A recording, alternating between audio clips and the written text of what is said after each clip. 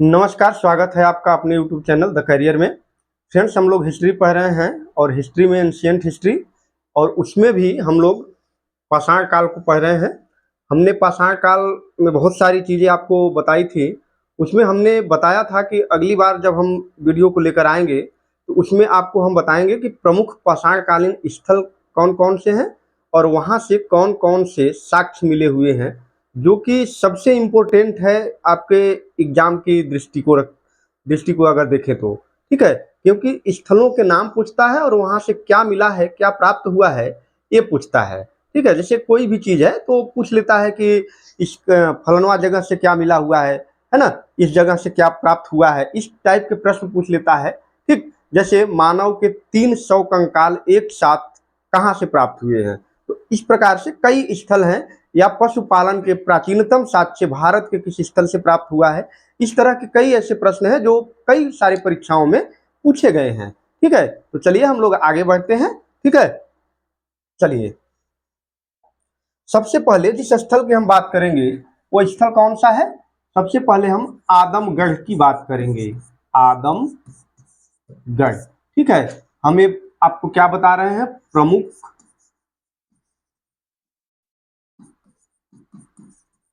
पाषाणकालीन स्थल। ठीक है, प्रमुख पाषाणकालीन स्थल है आदमगढ़। जैसा कि हमने आपको पहले भी बताया है कि ये होशंगाबाद मध्य प्रदेश में है। ठीक, यहां से क्या मिला हुआ है, पशुपालन के साक्ष्य मिले हुए हैं। पशुपालन के साक्ष्य। ठीक, इसके अलावा क्या है, पत्थर के औजार, जो कि लगभग हर स्थल से मिले हुए हैं। पत्थर के औजार, ठीक है। ठीक, पाषाणकालीन स्थलों में हम तीनों के स्थल एक साथ बताएंगे। ठीक, इसके बाद हमने कहा बागोर दूसरा स्थल है। एक पहला आदमगढ़, दूसरा बागोर। ये कहाँ पे है, भीलवाड़ा राजस्थान। ठीक है, भीलवाड़ा राजस्थान में पड़ता है। यहां पर भी क्या प्राप्त हुए हैं, पशुपालन के साक्ष्य मिले हुए हैं। क्या मिले हुए हैं, पशुपालन के साक्ष्य। और क्या, सेम चीज, पत्थर के औजार मिले हुए हैं। ठीक है, अब हम अगले स्थल पे चलते हैं जिसका नाम है, तीसरा है ये महदहा। कौन सा स्थल है, महदहा। क्यों हम बता रहे हैं, क्यों, क्योंकि यहां से प्रश्न कई बार पूछे गए हैं। ये पड़ता है प्रतापगढ़ उत्तर प्रदेश। ठीक है, प्रतापगढ़ उत्तर प्रदेश में पड़ता है। और यहां से क्या मिले हैं, हड्डी एवं सिंग मिले हुए हैं। इसके अलावा क्या मिले हैं, पत्थर के औजार। और हड्डी और सिंग मिलने का मतलब क्या है कि यहां से भी क्या मिले हुए हैं, पशुपालन के साक्ष्य। भाई अगर पशुपालन नहीं था तो एक जगह पे हड्डी और सिंग कैसे मिला। ठीक है, अगर एक जगह कहीं पे हड्डी और सिंग मिल रहे हैं, इसका मतलब है कि वहां पे पशुपालन होता था, तभी तो मिले ना। एकाएक कहीं से आकर थोड़ी ना टपक जाएंगे। ठीक, महदहा को 3 क्षेत्रों में, जो जी आर शर्मा ने इसे 3 भागों में बांटा या 3 क्षेत्रों में बांटा। क्या बांटा, पहला जो क्षेत्र था वह कौन सा बांटा, बूचड़ खाना में। क्या,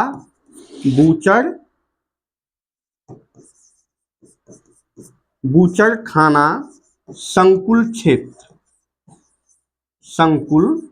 क्षेत्र एक तो ये है। और एक जो बांटा उन्होंने, झील क्षेत्र बांटा। झील क्षेत्र, जहां पे पानी वाला क्षेत्र था, झील क्षेत्र कहा। और एक कहा कब्रिस्तान आवास क्षेत्र, ठीक है, कब्रिस्तान आवास क्षेत्र बटा। और यहां से महदहा से एक और चीज प्राप्त हुआ है, क्या हुआ है देखो, बूचड़ खाने जो थे, बूचड़ खानों से ही हड्डी एवं सिंह प्राप्त हुए हैं, ठीक है, बूचड़ खानों से ही हड्डी एवं सिंह प्राप्त हुए हैं। यहाँ पे आभूषण भी मिले हैं, और वो आभूषण किसके थे, हड्डी के आभूषण प्राप्त हुए हैं। और क्या चीज, मृद भांड मिले हुए हैं, मृद भांड।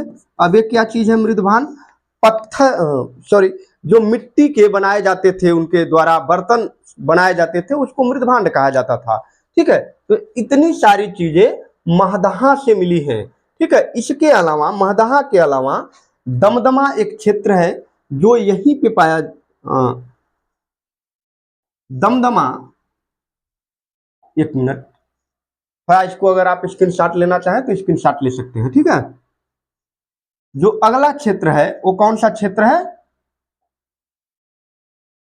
दमदमा।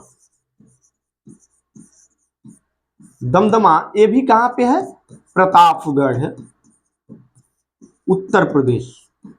बेसिकली देखो, दमदमा, महदहा और एक और स्थल है सराय नाहर, ये तीनों एक ही जगह पे हैं, लगभग छोटे छोटे, मतलब थोड़े थोड़े एरिया पे हैं, तीनों प्रतापगढ़ जिले में ही पड़ते हैं, ठीक है। और दमदमा से क्या मिले हैं, हड्डी के आभूषण मिले हैं, क्या मिले, हड्डी के आभूषण।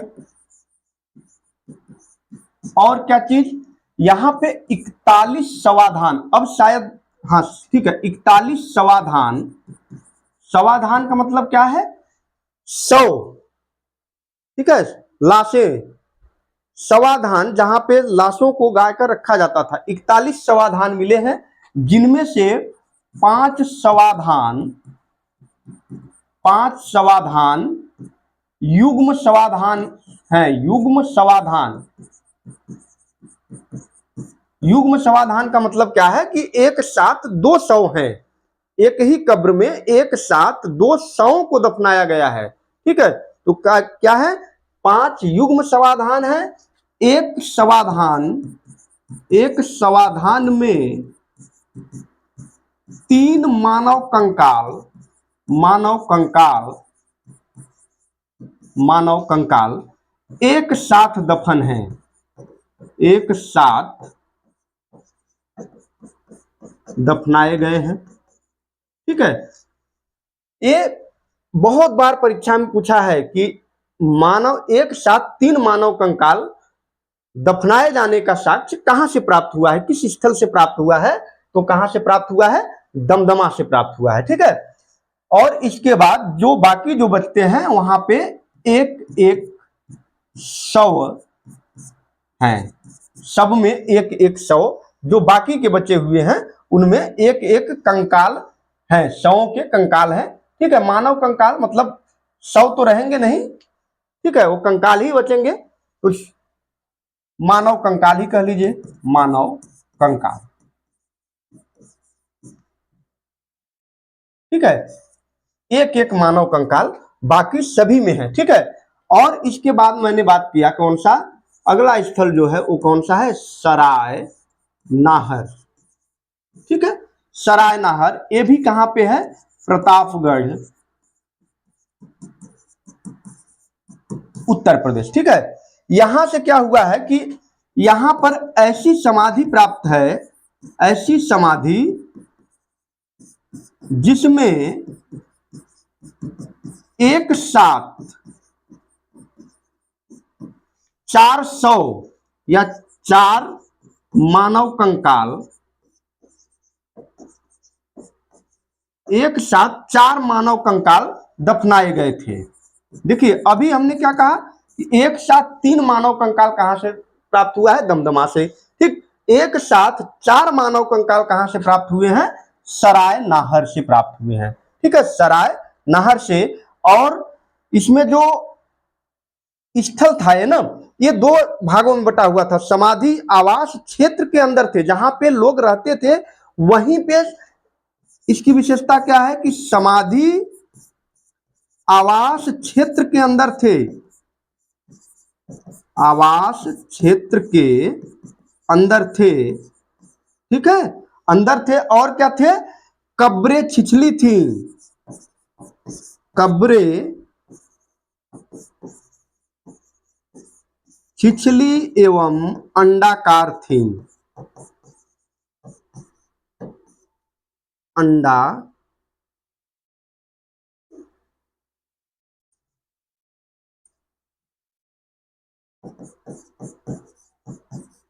अंडाकार, ठीक है, छिछली एवं अंडाकार थी, ठीक है। ये सराय नाहर से इतनी सारी चीजें प्राप्त हुई हैं। मैं आपको सराय नाहर दिखाना चाहूंगा कि कहाँ पे है। ये देखिए, ये जो स्थल है ये क्या है? सराय नाहर है। क्या है ये? सराय नाहर। जो अगला हम बताएंगे आपको, ये भीमबेटका की गुफा है, ठीक है, भीमबेटका कैव है ये। और ये कहाँ पे पड़ता है? मध्य प्रदेश में पड़ता है, ठीक है। मध्य प्रदेश में ये सबसे प्राचीनतम गुफा है। क्या है? सबसे प्राचीनतम गुफा भीमबेटका की, जहां से 500 शैल चित्रें से शैल चित्र पाई गई है। कहाँ? कितनी? 500 शैल चित्रें पाई गई हैं, ठीक। शैल चित्रों पर आधारित आश्रय पाए गए हैं। तो अगला जो हमारा है वो कौन सा है? भीमबेटका, जिसको आपने देखा है, भीमबेटका गुफा, ठीक। और इसकी विशेषता क्या है कि यहां से जो है, ये पहले तो प्राचीन, क्या है? प्राचीन चित्रकला, शैल चित्र,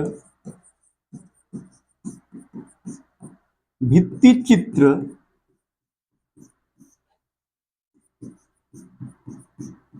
का उदाहरण, ठीक। प्राचीन चित्रकला, शैल चित्र और भित्ति चित्र का ये नमूना है या उदाहरण है, जहां से हाथी, सांभर, हिरन आदि के चित्र प्राप्त हुए हैं। पत्थरों पे चित्र उकेरे गए हैं, ठीक है। पत्थरों पे क्या है? चित्र, उसकी दीवारों पे, गुफा की दीवारों पर चित्र उकेरे गए हैं भीमबेटका की गुफाओं में, ठीक है। 500 शिलाश्रय पाए गए हैं, 500 शिलाश्रय। किस पर आधारित है? शैल चित्रों पर आधारित, शैल चित्रों से युक्त ये शिलाश्रय हैं, ठीक। इसे यूनेस्को ने, बहुत मोस्ट इंपोर्टेंट है, यूनेस्को ने इसे विश्व विरासत सूची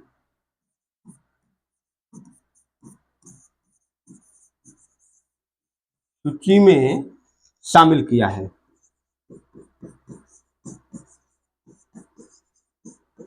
बड़ी बात है, ठीक है। इतनी सारी जानकारी किसके संबंध में? भीमबेटका। और ये कहां पे है? मध्य प्रदेश।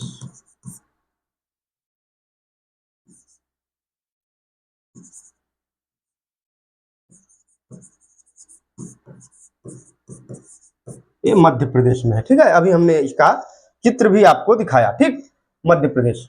इसके बाद जो अगला स्थल है बुर्ज होम, और ये कहां पे है? जम्मू कश्मीर।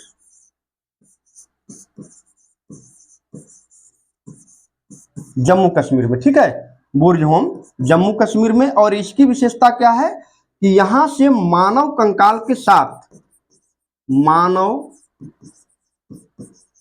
कंकाल के साथ कुत्ते का कंकाल भी मिला है, कुत्ते का कंकाल, ठीक है। मानव शव के साथ कुत्ते को भी दफनाए जाने का उदाहरण कहां से प्राप्त होता है? बुर्ज होम से प्राप्त होता है, ठीक है। और क्या? जो आवास हैं वो कैसे हैं? गड्ढे वाले, गड्ढे वाले, या इसे बोलते हैं गर्तावास, गर्तावास,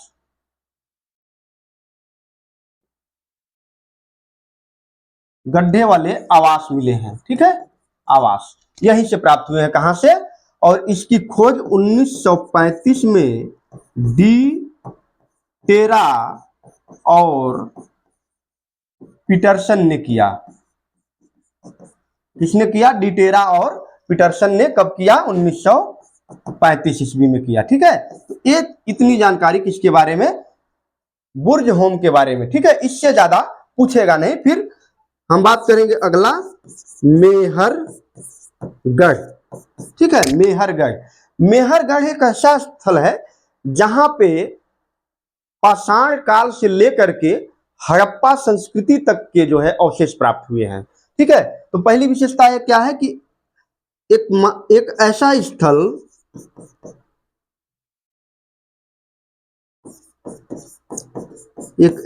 स्थल जहां से पाषाण काल से लेकर हड़प्पा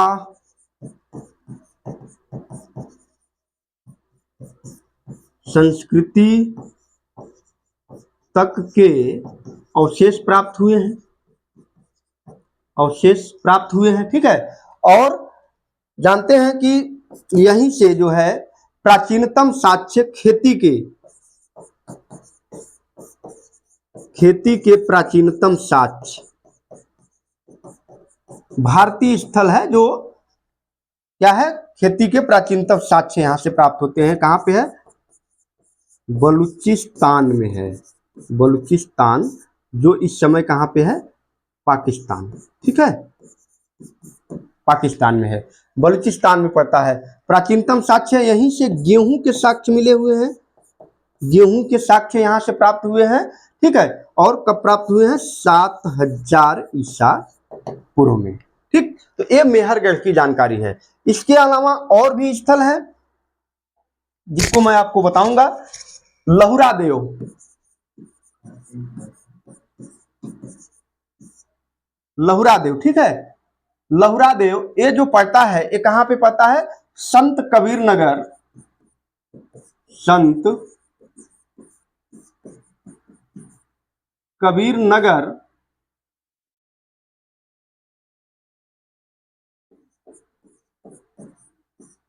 उत्तर प्रदेश। यहां से क्या मिले हैं? यहां से चावल के, ठीक है, चावल के प्राचीनतम साक्ष्य मिले हैं। चावल के साक्ष्य, चावल के साक्ष्य मिले हैं। और कब मिले हैं? 8000 ईसा पूर्व से 9000 ईसा पूर्व के मध्य, ठीक है। चावल के साक्ष्य यहां से मिले हुए हैं, ठीक। लहुरा देव, इसके अलावा कोल्डिहवा,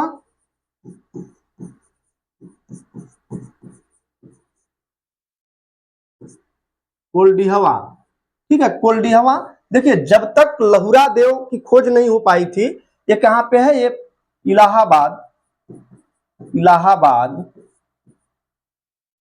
बेलन घाटी, बेलन घाटी से यहां से क्या प्राप्त हुआ है? ये लगभग 6500 ईसा पूर्व में प्राप्त हुआ है।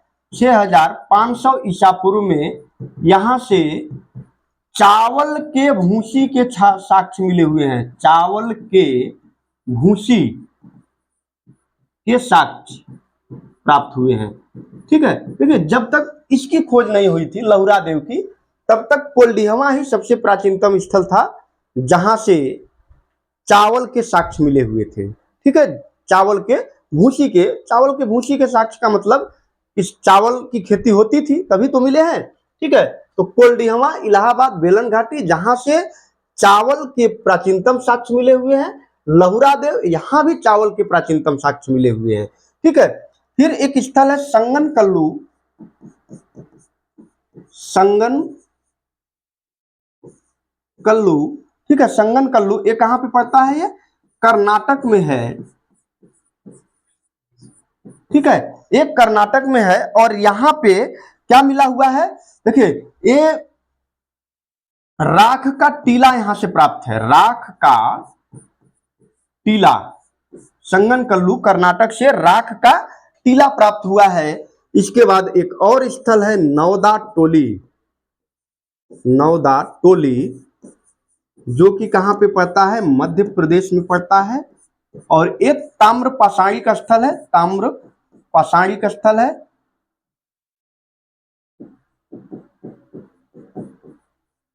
ताम्र पाषाणी स्थल का मतलब कि जब तांबा और पत्थर दोनों का इस्तेमाल हो रहा था उस समय की बात है। यहाँ से जो है घास फूस के घर मिले हैं, मिट्टी के, बांस के, फूस के, ये घर यहाँ से प्राप्त हुए हैं, घर प्राप्त हुए हैं। ठीक है, तो ये हमारे कुछ प्रमुख स्थल थे जो मिले हुए हैं। एक और स्थल है अतरंजी खेड़ा। अतरंजी खेड़ा, यहां से गैरिक मृदभांड मिले हैं, गैरिक मृदभांड और काले मृदभांड। ठीक है, अतरंजी खेड़ा और एक स्थल और है, कौन सा? हस्तिनापुर। हस्तिनापुर, यहां से भी मृदभांड मिले हैं। अतरंजी खेड़ा उत्तर प्रदेश में है, उत्तर प्रदेश में है। ठीक है, तो ये कुछ प्रमुख स्थल थे जो पाषाण काल में पाए गए हैं। बिहार में भी एक है, उसको भी थोड़ा सा देख लीजिए, चिरांद। चिरांद ये कहां पे है? बिहार में है। और यहां से क्या मिले हैं? पत्थर के औजार मिले हैं, पत्थर के औजार। ठीक, यहां से पत्थर के औजार मिले थे। देखिए पूरा तत्व है, पूरा तात्विक स्थल है, खुदाई हुई है, तो जो जो चीजें प्राप्त हुई हैं उसको हम आपको बता रहे हैं। उसमें भी जो प्रमुख है उसी को केवल मैं बता रहा हूं। ऐसा नहीं है कि बहुत सारी चीजें आपको बता दी जाए जो परीक्षा के काम ही नहीं आए या आपके काम ही नहीं आए। ठीक है, ऐसा भी कोई उद्देश्य नहीं है। अब हम बताएंगे कि जो प्रमुख फसलें उस समय उपयोग में, सबसे पहले जिन फसलों का उपयोग किया गया या जिनको मानव ने उगाया। देखिए जंगली फसलें थी, जंगली को मनुष्य ने उसको उगाना प्रारंभ किया। ठीक है, तो मनुष्य उगाना जब से प्रारंभ किया तब की हम बात कर रहे हैं, तो सबसे ये 8 प्रमुख खाद्यान्न थे, 8 प्रमुख खाद्यान्न। और ये कौन कौन से हैं? सबसे पहला कौन सा है? जौ है। कौन सा है? जौ है, जो लगभग 8000 ईसा पूर्व में प्रयोग में लाया गया। और ये कहां पे प्रयोग में लाया गया? ये भूमध्य सागर और ईरान के मध्य स्थित पश्चिम एशिया देश, मध्य एशिया देशों में उगाया गया था। ठीक है, कब उगाया गया? 8000 ईसा पूर्व के लगभग। दूसरा जो उगाया गया वो है गेहूं, और गेहूं भी लगभग 8000 ईसा पूर्व में जौ के बाद ही प्रयोग में लाया गया, और सेम जगह पे यहीं पे इसको भी उगाया गया है। ठीक है, तीसरा जो सबसे प्रमुख फसल है जो प्रयोग में लाया गया वो चावल है, और चावल का उपयोग 7000 ईसा पूर्व में किया गया। और वो कहां पे किया गया? चीन घाटी में, चीन में किया गया। और यांगत्जी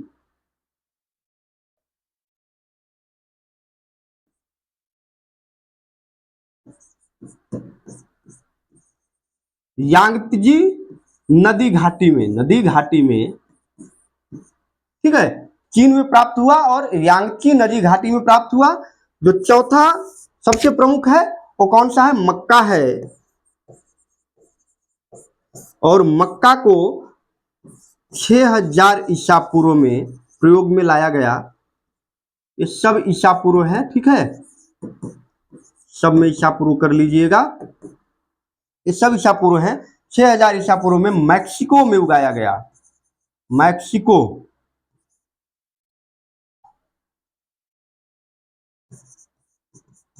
मैक्सिको में ये उगाया गया। ठीक है, जो पांचवा सबसे प्रमुख फसल है, देखिए पांचवा सबसे प्रमुख फसल कौन सा है? बाजरा है।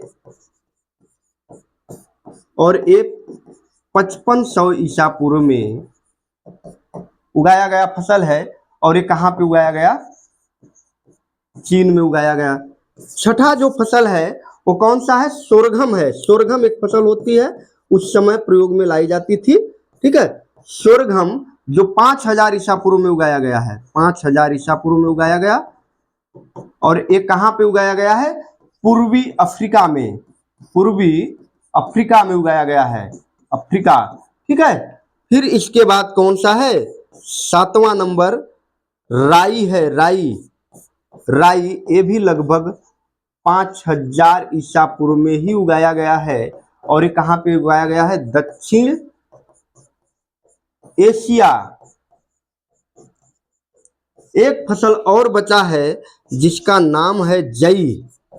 जौ नहीं, जौ दूसरा है, जई दूसरा है, दोनों में अंतर समझिए। ठीक है, ये उगाया गया 2300 ईसा पूर्व में। और ये कहां पे उगाया गया? यूरोप में उगाया गया।